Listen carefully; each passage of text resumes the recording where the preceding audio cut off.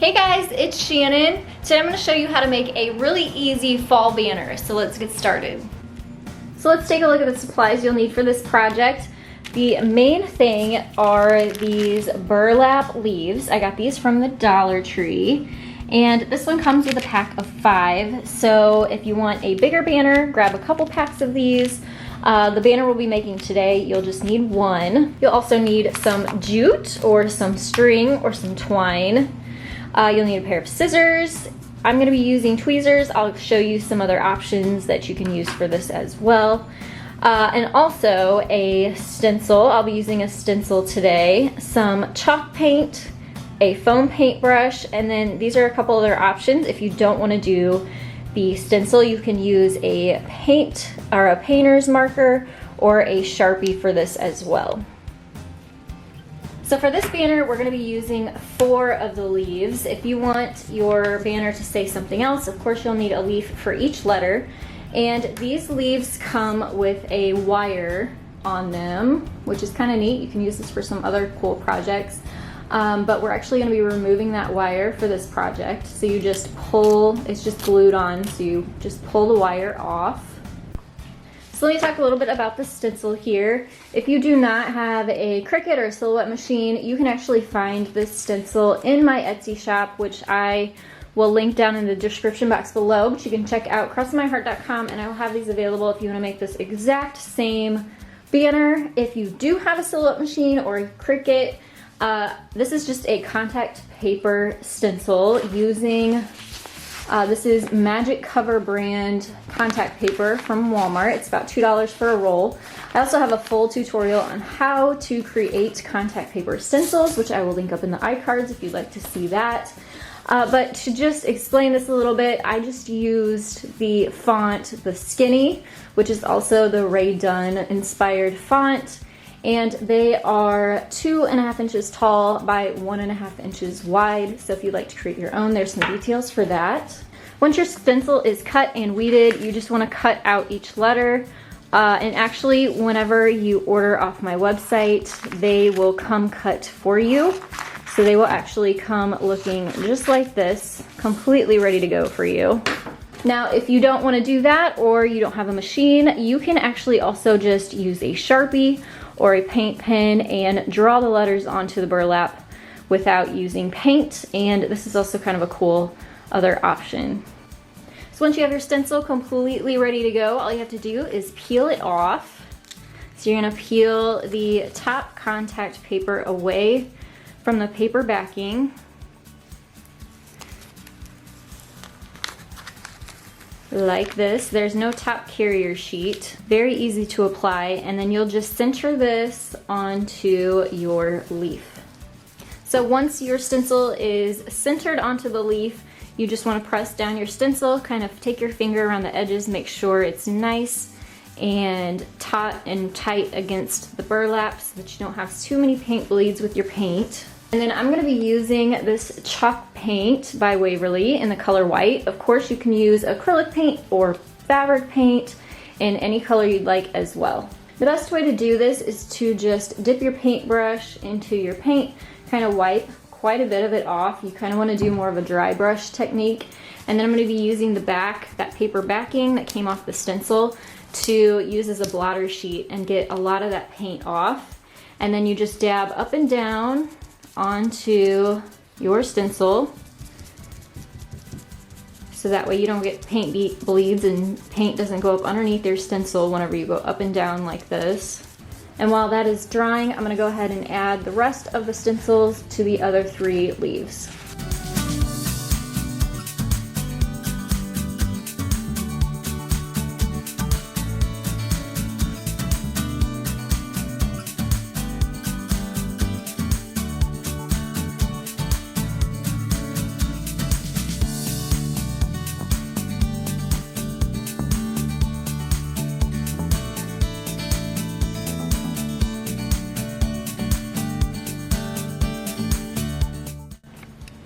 So now that we have our letters on the burlap, we're going to string these onto the jute to make our banner.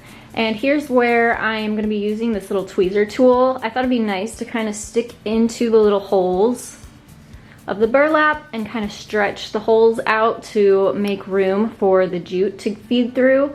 But you could also use a sharp pair of scissors, you could use an X-Acto knife, even a small screwdriver. So use what you have around the house, and we're just going to make 2 holes up here in the tops of the leaves and feed the jute through the leaf.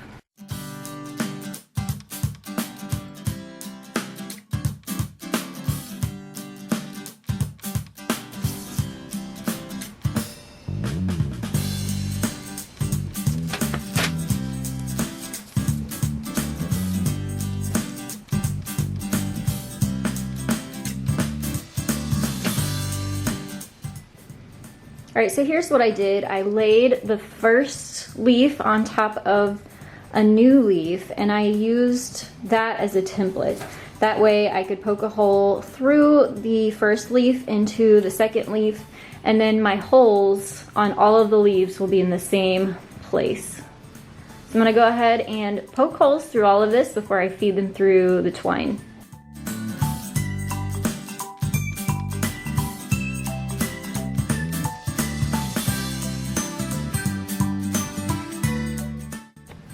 All right, so now all of the holes are made and it's time to string the jute. I'm gonna snip the end of my jute off to just kind of give me a fresh start here. And we're actually gonna go backwards. So we're gonna string the last leaf to the first leaf. And to do this, I'm just gonna take the jute and go from the front to the back and pull quite a bit through, because this is gonna be the whole length of our banner. And then we're gonna feed from the back to the front, and this way our jute is fed through the back and you don't really see it. Now if you like the look of the jute in the front, of course you could do this backwards and come up through the back and then through and back to the back again. It is completely your preference. So like I said, we're gonna go from the last leaf to the first leaf, through the front to the back, and then we're going to feed it back up from the back to the front. And if your jute or your twine starts coming unraveled a little bit, you can take your scissors and snip that off and kind of give yourself another fresh start. It makes it a little bit easier for feeding your string through.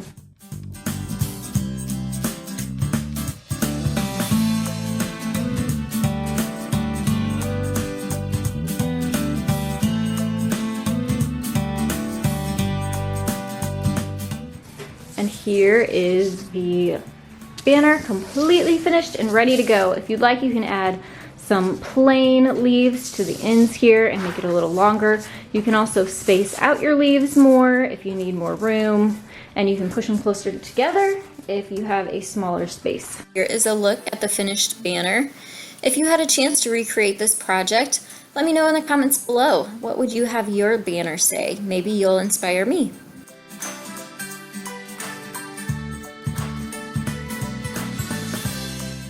Please give this video a thumbs up. It helps me keep bringing you DIY tutorials. You can also share this video with your friends and family and inspire them as well.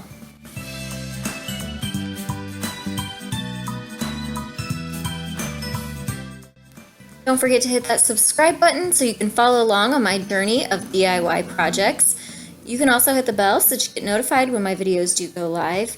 And I want to thank everyone for watching. I'll see you next time. Bye guys.